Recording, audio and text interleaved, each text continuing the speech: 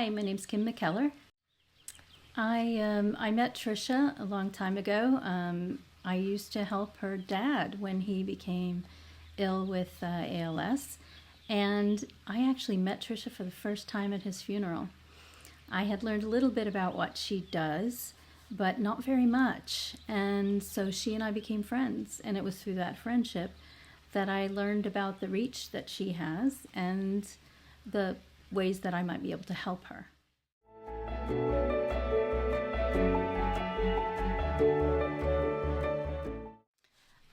I have been supporting Xavier Lay Missionary Society for about 10 years. It began with just a friendship.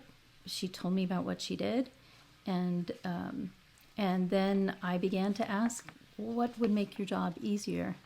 And she loved that question. So I began doing what I could.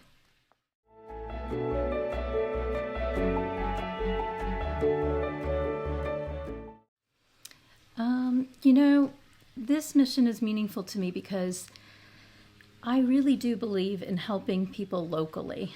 And usually that means going out into your local community and actually doing the work yourself. And I do that. I believe in that.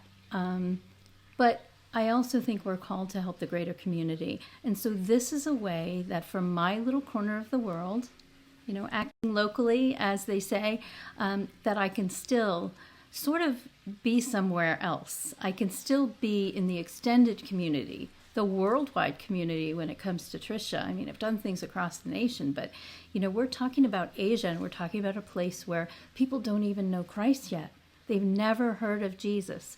And so it means that I can reach out to people who have literally never heard of God and make that a possibility in their life. It actually makes faith possible to people who don't have the good fortune to live in a place where that's easier.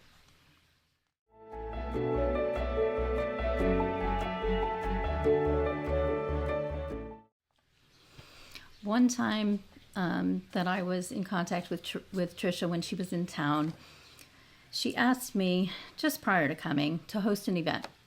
And I've done this before. We send out invitations. We get responses sometimes. We don't really know how many people are coming or how many aren't coming. And this one time, Father Isaiah was here and some other members of her staff, her new assistant, and a couple other people. So the four of us are all sitting at my dining room table, and we're hoping that doorbell's going to start ringing. And it turned out that there was only one person that came that day. I had put out a little spread, charcuterie. I love doing this stuff, but one person came. And everyone was gracious. We all just were happy that that person was here. Trisha introduced the ministry. I gave a little of my background. Father Isaiah, same thing. So we had a nice little round the table conversation, very informal. And that person left, and I cleaned up, and Trisha was having a little meeting outside, and she came back in and she says, I just want you to know, Kim, that one person can do amazing things. And she wasn't talking about me doing an amazing thing by hosting this. She was talking about that lady just wrote a check for thousands of dollars, and it enabled Trisha's next trip to be one that wasn't quite as stressful because it paid for things that are necessities that Trisha usually, that she lives on a tight budget. She doesn't waste the money that comes into her missionary society. And so knowing that was the impact that one person could make, that felt pretty good.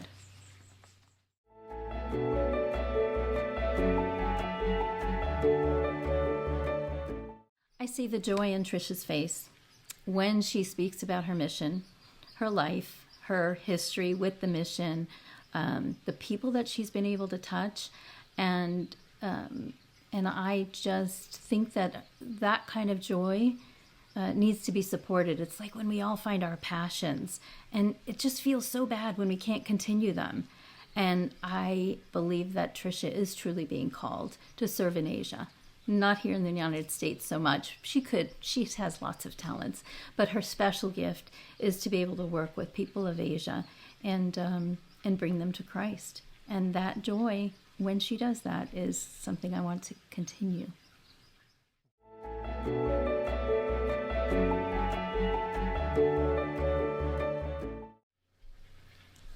Well, first of all, your money will be well spent.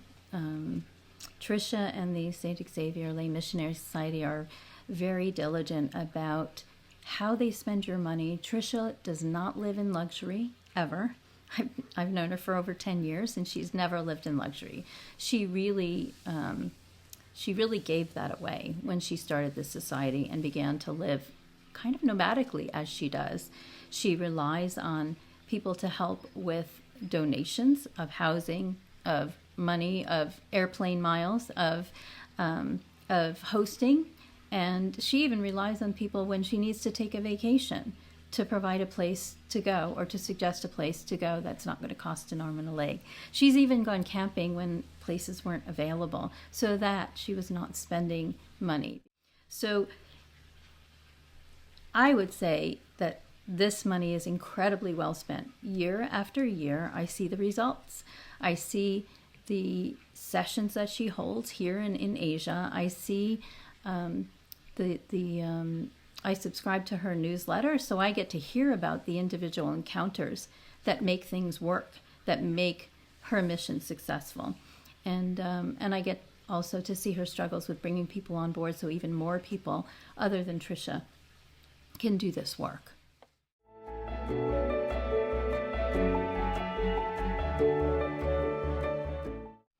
I think a lot of things that we do are done through other people. And so for me, the blessing is that I can touch people that I will never have the good fortune to meet. The blessing to me is that my reach is extended, and it's extended in a way that I would love to be standing there next to Tricia when she does her work. I'd love to be more involved with it, but not everybody can travel to Asia. Not everybody can speak multiple languages, some of the most difficult languages in the world, and Tricia can. Not everybody can do what she's doing and give up so much of what we in America consider normal life to do what she does. So it's through the support of us that she can do it. And that's very gratifying to know that her work is enabled by what attention I can give to her. So she brings the love and knowledge of Christ, and she brings it with her everywhere she goes, whether domestically or abroad. But being a part of that, the joy and the way in which she speaks with people and encounters people is priceless.